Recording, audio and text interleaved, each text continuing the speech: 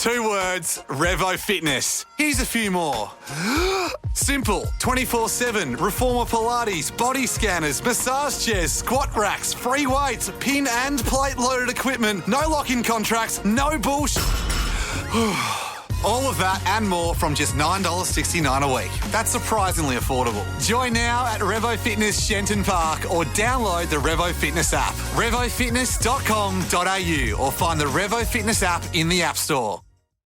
Hands up! This is the Fitzy and Whipper with Kate Ritchie podcast. How good is that?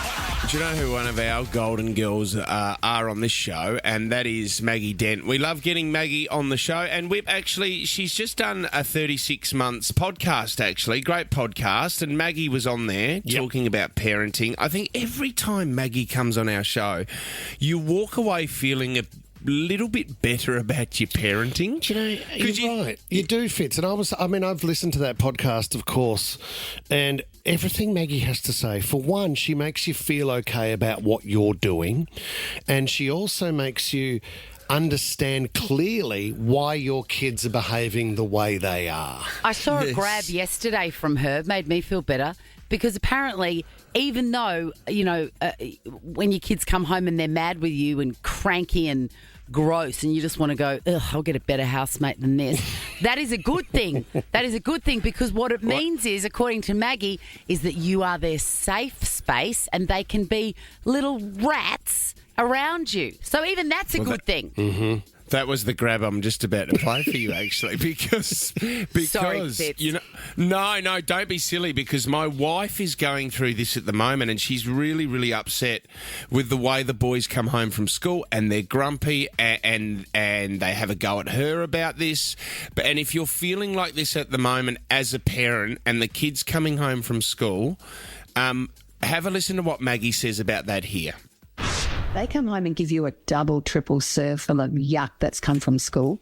You're the worst mother. You always nag and slam doors and roll eyes. And you could take that deeply personally as a sign that your child is a disrespectful human. Or that you're failing as a parent. You're not doing it good enough. What do I do? Do I discipline that? Yeah. And I'm going to say no. That's a beautiful sign that you're the safest person in their world, that they love you the best, and that they can project what they're holding in, because the more they release that, the less likely it gets to a really critical point where they drown in it. I love that. I love that.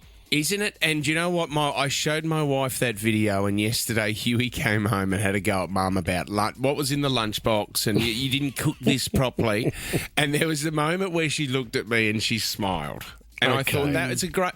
You know what? She just feels safe now. She knows it's out of love. Yeah. And Huey's had a go at her, and he's come home from school and he's all grumpy, and now she's turned that into a positive, which I thought was really, really You've got to go and have a listen to this podcast. Excuse me, 36 months. But Maggie also goes on, Fitz, to talk about, and my boys are a little bit younger than yours, but the thing that they do is, he says, all they want to do when they get home is fight and play with their doodles. Right? That's what boys want to do. And why that is because it's what they can't do at school. So when they get home, all they want to do, like Maggie's talking about the attitude they give their parents, because at school they're not allowed to carry that attitude. And they're not allowed to fight at school, and they're not allowed to play with their doodle at school. And also, they've seen what their dad does when he's at home, and they're modelling. Monkey see, monkey do. So when they Exactly. arrive home and I'm just on the couch, I mean... Just having a little... You're mad if you don't. Little fiddle. anything around school. I mean, it's just they treat us very badly. I need to play this young girl. She's around about 8 years of age. This is over in the UK. So she's got the thick accent here. So she starts by saying that she's on the way to school with Mum, right? And it's a disaster because Mum's making her go to school. She's breathing very heavily. It's a long way to walk to school. So Mum starts filming. Have a listen to this. Do you know why I'm making this breathing noise? Why? Because you made me have my coat on. And It's cold. yeah, you made me carry my bag. It's got a water bottle. It's got an apple. Do you understand how much kilos they weigh? Really? Yeah, it's like a backpack in a backpack. Look, I'm no Maggie Dent, but I've got a parenting hack there. The water bottles are very heavy.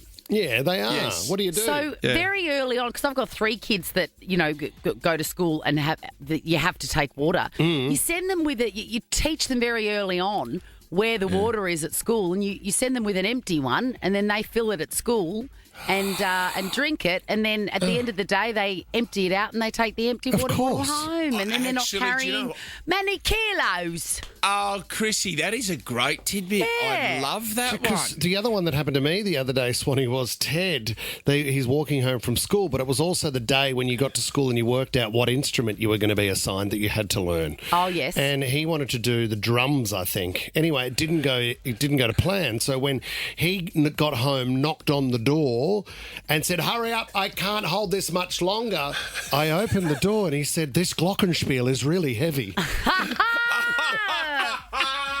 Which is like a xylophone. The Fitzy and Whipper with Kate Ritchie podcast. 2 words, Revo Fitness. Here's a few more. Simple, 24/7, Reformer Pilates, body scanners, massage chairs, squat racks, free weights, pin and plate loaded equipment, no lock-in contracts, no bullshit. All of that and more from just $9.69 a week. That's surprisingly affordable. Join now at Revo Fitness O'Connor or download the Revo Fitness app. RevoFitness.com.au or find the Revo Fitness app in the App Store. Do you know what? I'm over this. I'm not happy. And we need to ask her if this was her decision or not. But after 33 years, Irene is leaving Summer Bay. Lynn McGranger, welcome to the show, you beautiful. Hello, Lynn. Thank you, guys. You are a Thank queen. you, Jess. Thank you for having me. Hey, Lynn, what do you do on a day like today when it's bucketing down and you might have a story? Well, you turn up and you just hope that there's a break in the weather. Is this a song, isn't it? Yes, you hope that there's a break in the weather, and if there's not, then they might say, well, we'll pick this up, but Lynn, you can wait till the death. You can wait till it's finished because we need to shoot your scene, and then you wait and it doesn't clear and you go home. Oh my God! And then they pick it up down the track. Right. It's just one of those things where we're a slave to the weather. 33 years. Can you tell us some of the sayings that Irene has brought to Summer Bay over 33 years, Lynn? Well, she says girly a lot. She says flippin' a lot. Flippin' out. Flippin' heck. Park your bum, girly. You and me need to have a chin wag. Oh, God, it's good. I can't believe I get to sit a metre from you and witness that live. Lynn, that's special for me. Is that's not written in the script, though? You would have originally that would have been ad-libbing for you and you just talking, wouldn't it? Look, yeah, somebody said to me way back, back when they were when Moses was playing full back for Egypt, when I first started on the show, in a show like this, if you have an idea about your character, then run with it. Yeah. And if they don't like it, you'll be out the door real quick. But if they do like it, the writers will kind of follow you. And this is what has happened with Irene. And I'm sure Ray has done exactly the same thing with his Flamens and his Strike Me Roans and all of that. And both of us love the idea that we're keeping the Australian vernacular alive. Yeah. Because we're so Americanised, with television and whatnot. But I decided that I would start putting in some Ireneisms. That's what they've become. Yeah. And in fact, my mum and dad spoke like that. And so I kind of... I didn't have to go looking for it. I'll still say things to someone younger person in the cast, and they'll look at me like I'm from Mars and go... What does that mean? And I'm like, are you for real? Because it's part of Lynn, my vernacular. We don't want you to go. And I know when the announcement was made, Australia threw their hands in the air and said, "What have we got to live for?"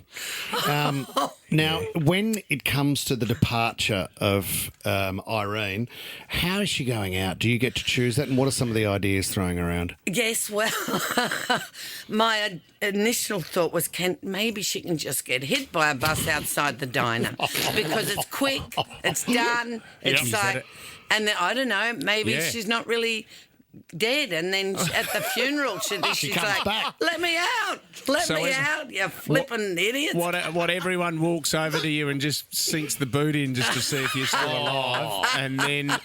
What about blow up a few gas bottles or something at the caravan park? Well, we've done that. We've done all of that. What do you do differently? Well, can I just tell you that I had an idea when I decided that the time was right. I had this idea, but what I think is a terrific storyline, and I went to the writers, and normally they're like, "Oh, quick, lock the door! Here she comes." She's on the way. Last time she came, she wanted Irene to get abducted by aliens. It's just not. It's not a valid storyline. But this time they heard me out, and they went, "That's great." I mean, all these years I should have been in the writing department. No, so they've run with it. Do you have to die, though? Or can you leave Summer Bay? Well, this is what I can't tell you. Right. You see, because it is very, the storyline, and once you get into the storyline, you'll understand why. But I can't say anything because, we want people to watch and we want people to be invested in Irene's story, and God willing they will be. And I think it's a valid storyline. I think it's very pertinent, and I think people will travel the journey.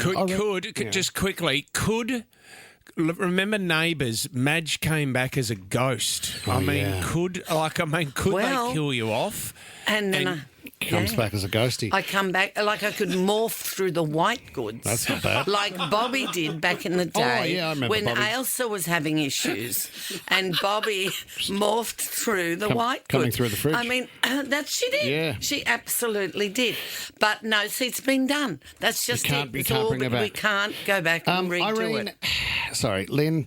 Can I ask? Like Fitzy talks about Neighbours there in the great marathon that has been Neighbours Home and Away, right? And Neighbours has it's gone, then it came back, and I think it's stopped again. It's gone again. It's gone again, but not. I think they're still filming up until a point in the middle of the year. What do you put Home and Away's success down to?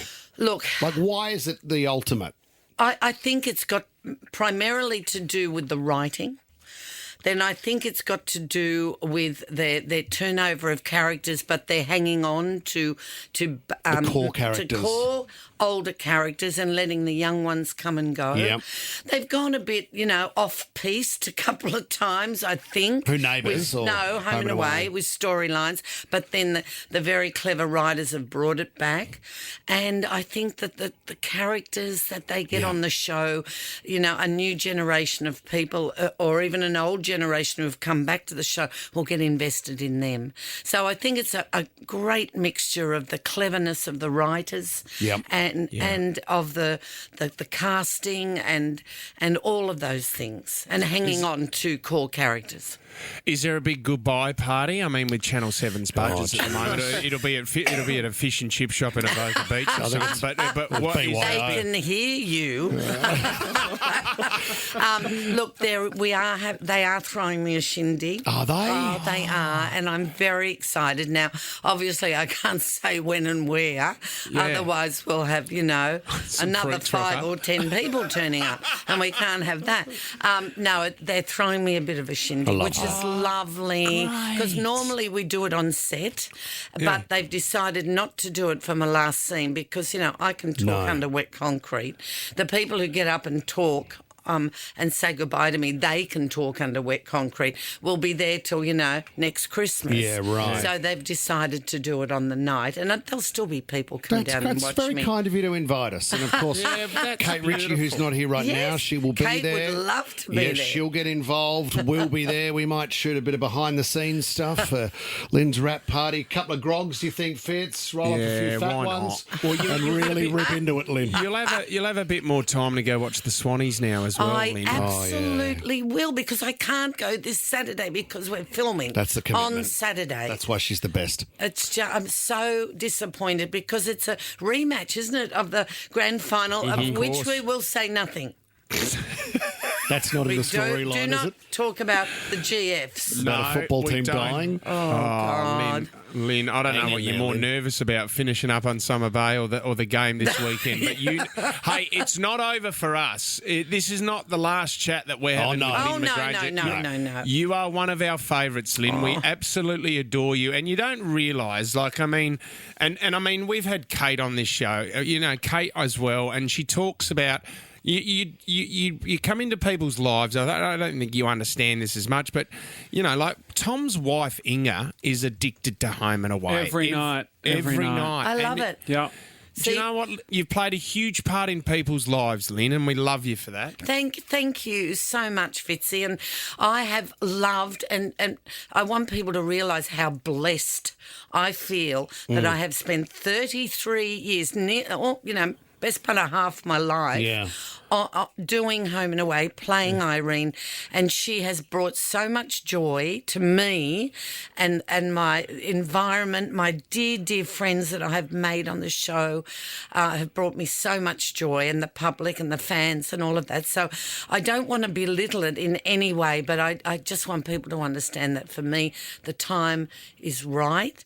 While I've still got my marbles and I can still walk upstairs, I want to go back and do some theatre, and it's that simple. Wow, you're a superstar. Well done. Proud. I love you, Lynn. Oh, thank you. I love you. I really do. What about a meth lab in Yabby Creek? Hang on a minute. All right, thanks, Lynn. Fitzy and Whipper with Kate Ritchie is a Nova podcast. For more great shows like this, download the Nova Player via the App Store or Google Play. The Nova Player. 2 words, Revo Fitness. Here's a few more. Simple, 24/7, Reformer Pilates, body scanners, massage chairs, squat racks, free weights, pin and plate loaded equipment, no lock-in contracts, no bullshit. All of that and more from just $9.69 a week. That's surprisingly affordable. Join now at Revo Fitness Shenton Park or download the Revo Fitness app. RevoFitness.com.au or find the Revo Fitness app in the App Store.